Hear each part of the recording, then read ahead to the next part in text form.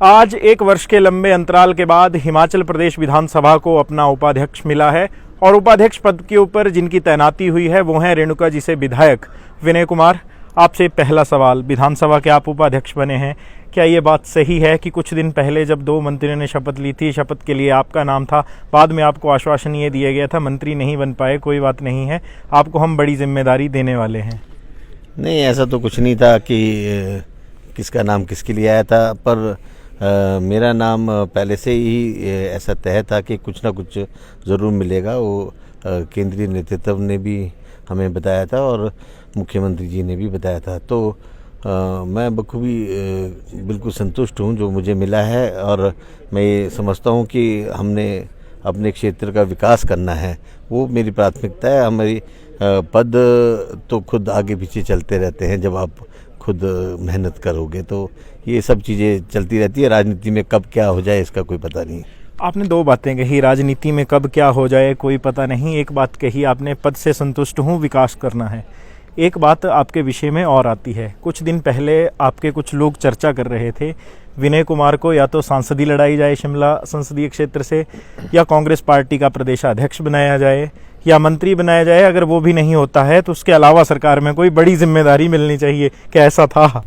देखिए, ऐसा है कि जो सर्वे हुआ था उसके हिसाब से पार्लियामेंट कंटेस्ट करने के लिए मेरा बिल्कुल स्ट्रॉन्ग दावा था।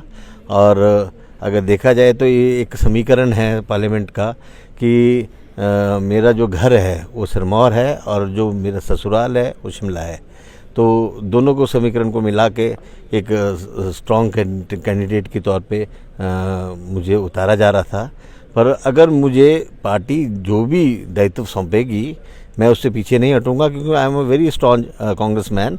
और आपको पता है मेरे इतिहास का, मेरे पिताजी भी स्वर्गीय डॉक्टर प्रेम सिंह जी, वो 6 बार रेणुका विधानसभा क्षेत्र का नेतृत्व उन्होंने किया है और 3 बारी मेरे को हो गया। लगभग 9 टर्म हमारे परिवार को हो गया है, और हम कांग्रेस के लिए कहीं भी पीछे नहीं हटेंगे। आपने स्ट्रॉन्ग कांग्रेसमैन की बात कही। आज मैं सदन में देख रहा था जब आपकी ताजपोशी हो रही थी, जितना खुश जयराम ठाकुर थे उसके बारे में भी आपके विषय में एक चर्चा आती है कि आपका थोड़ा झुकाव भाजपा की तरफ रहता ही है। हालांकि मुख्यमंत्री ने भी वहां जब अपना उद्बोधन दिया तो ये कहा कि जयराम जी हमने आपके साथी आपके साथ ही बिठा दिए हैं, इसका क्या मतलब समझे? देखिए, ऐसा है कि संबंध जो है वो सबसे बड़े होते हैं, राजनीति से ऊपर होते हैं। तो जो हमारे संबंध है जयराम जी के साथ वो आज के नहीं है, तब तो मैं विधायक भी नहीं बना था जब से संबंध है। और हमारे जो बच्चों की परवरिश है जयराम जी के और हमारे बच्चों की परवरिश एक साथ हुई है, जिससे हमारे संबंध बहुत मधुर है, पहले भी थे और आज भी और आगे भी रहेंगे। तो इसका मतलब ये नहीं है कि मैं अपनी विचारधारा से भटक जाऊं। मेरी जो विचारधारा है वो विचारधारा वही है, आज भी और कल भी रहेगी। जब जयराम जी के साथ लड़ने की बात आएगी तो हम लड़ाई करेंगे, जब प्यार मोहब्बत की बात आएगी तो प्यार मोहब्बत करेंगे। एक और बात आती है कि जब पिछले दिनों चुनावों से पहले कांग्रेस के कुछ बड़े नेता भाजपा का दामन थामने गए, एक चर्चा ये भी हुई विनय कुमार भी चंडीगढ़ तक पहुंच गए थे, बाद में वापसी हटे हैं, क्या ये बात सच है? देखिए, ऐसा है, लोग जितने लोग हैं उतनी बातें हैं, जितने मुंह हैं उतनी बातें हैं, पर ये बिल्कुल कतई सच नहीं है। मैं कभी सोच भी नहीं सकता कि मैं अपने दल को छोड़ूंगा, अपने कांग्रेस पार्टी को छोड़ूंगा, क्योंकि मेरे को कांग्रेस पार्टी उतनी प्यारी है जितनी अपनी माँ प्यारी है। इसलिए ये तो प्रश्न ही पैदा नहीं होता कि मैं कभी भाजपा में जाऊंगा। आप सांसदी को लेकर एक बात कह रहे थे, पार्टी आगे भी जो जिम्मेदारी देगी वो हम बखूबी निभाएंगे, सांसदी लड़ने की इच्छा अभी भी है? देखिए, ऐसा है, लड़ने की इच्छा मेरी नहीं है, पब्लिक के ऊपर डिपेंड करता है। अगर पब्लिक मुझे चाहेगी तो मैं मना नहीं करूंगा। और आपने मेरे से पार्टी के अध्यक्ष की भी बात की थी। आज मैं कार्यकारी अध्यक्ष हूँ कहते कांग्रेस पार्टी का, और निश्चित तौर पे अध्यक्ष के बाद कार्यकारी ही काम करता है। तो अगर समीकरण को बनाते देखा जाए तो मुख्यमंत्री जी एक राजपूत चेहरा है, उप मुख्यमंत्री जी एक ब्राह्मण चेहरा है। तो अगर दलितों को मिलता हो तो मैं बिल्कुल स्वीकार करता और मैं लेता, और बहुत अच्छा पार्टी के लिए हम पूरे प्रदेश में काम करते हैं। मतलब जहाँ तक दलितों का जिक्र आया, इस बात पर हम फिर मोहर समझें कि यादविंदर गोमा की जगह एक नाम विनय कुमार का था? नहीं, ऐसा नहीं है। देखो, ऐसा किसी के जगह किसी का नाम नहीं होता। जिसके भाग्य में लिखा तो उसी को मिलता है, और मेरे भाग्य में जो लिखा था वो आज मुझे मिला है, जो ये गोमा जी के भाग्य में था वो गोमा जी को मिला है। ऐसा नहीं है। पर यह है कि हमारी अभी उम्र बहुत कम है, राजनीतिक सफ़र बहुत लंबा है, तो इस सफ़र में ना जाने कौन किस पद पे पहुंच जाए, इसलिए हम अपने कर्तव्य से ना भटके और अपना काम करते रहें। यही हमारा उद्देश्य है। बस हमने लोगों के लिए काम करना है। लोग सर्वप्रिय है, लोगों ने चुन के भेजना है। लोग जब आपको चुन के भेजेंगे तब आपके पास ऑप्शंस होंगे। अगर लोग आपको घर बिठा देंगे तो ऑप्शंस ख़त्म हो जाएंगे। तो इसलिए हम चाहते हैं कि हम लोगों की पसंदीदा चेहरा बनते रहें और इस विधानसभा को सुशोभित करते रहें। राजनीतिक सफ़र लंबा है। पहले आपने कहा राजनीति में कभी भी कुछ भी हो सकता है।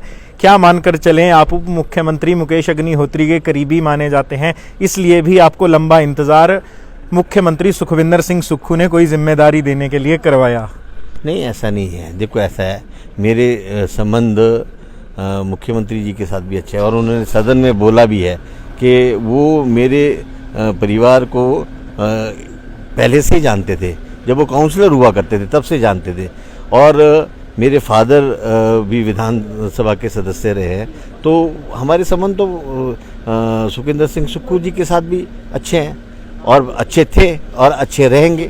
हम तो ये समझते हैं कि जब हमारे नेता है, सुक्खू जी हमारे नेता है, तो नेता है बिल्कुल हम मानते हैं और हम उनके साथ हैं बिल्कुल। तो अग्निहोत्री जी से हमने बहुत कुछ सीखा है। अग्निहोत्री जी हमारे मार्गदर्शक है, और आने वाले फ्यूचर में अग्निहोत्री जी भी आगे बढ़ेंगे, हमने भी उनके साथ चलना है। मुख्यमंत्री जी भी, सुक्खू जी भी आगे बढ़ेंगे, हमने भी उनके साथ चलना है। तो ये तो सिलसिला चलता रहेगा।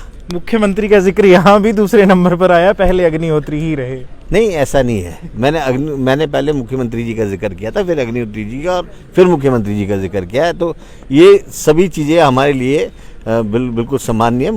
ये ज़रूर है कि उप मुख्यमंत्री जी ने हमारे लिए प्रयास बहुत किए हैं, और हम उनके प्रयासों की कदर करते हैं। आपसे एक आखिरी सवाल। आपके पिताजी 6 बार के विधायक थे, आप तीसरी बार के विधायक थे। सिरमौर के कुछ क्षेत्र ऐसे हैं जिनमें आज भी विकास को लेकर काफ़ी चर्चाएं होती हैं कि बहुत पिछड़े क्षेत्र हैं।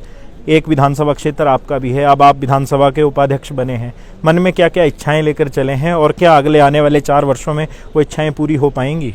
देखिए, ऐसा है कि पिछले जो सरकार थी कांग्रेस की, 2012 से 17 राजा वीरभद्र सिंह जी के साथ काम करने का मौका मिला, और बखूबी पूरा आशीर्वाद उनका मुझे मिला है। और उस टेन्योर के दौरान मैंने अपने विधानसभा में बहुत सारे विकास के कार्य कराए हैं, और मुझे सीपीएस का पद मिला, और सीपीएस के होते हुए मुख्यमंत्री जी ने मुझे अपने साथ पीडब्ल्यूडी विभाग में अटैच किया, जिसकी मुझे और मेरे चुनाव क्षेत्र के लोगों को बहुत ज़रूरत थी, क्योंकि सड़कें हमारी मुख्य धारा है, भाग्य रेखाएं हैं। तो अगर सड़कें बन जाती है तो बहुत सारी चीज़ें सॉल्व हो जाती है। तो इसी प्रकार से मैंने प्राथमिकता में रखा था कि जो मेरे पिताजी से छूटे हुए कार्य थे मैं उनको प्राथमिकता से करूं। आज भी मैं ये समझता हूं कि मुझसे जो पिछले टेन्योर में कार्य छूट गए थे, मैं ये समझता हूं कि इस टेन्योर में उनको पूरा करूं और लोगों को सौगात दूं। जहाँ जहाँ भी कमी है हमारे क्षेत्र में विकास की, तो विकास हमारा प्राथमिकता है और उस पर हम चलेंगे। विनय कुमार, रेणुका जी विधानसभा क्षेत्र से तीसरी बार के विधायक। इच्छा मंत्री, प्रदेशाध्यक्ष या फिर सांसदी लड़ने की थी, परंतु आज विधानसभा के उपाध्यक्ष के तौर पर 1 वर्ष के लंबे अंतराल के बाद आज इन्हें नियुक्ति मिली है। संवाद भारत में अभी के लिए बस इतना ही। नमस्कार।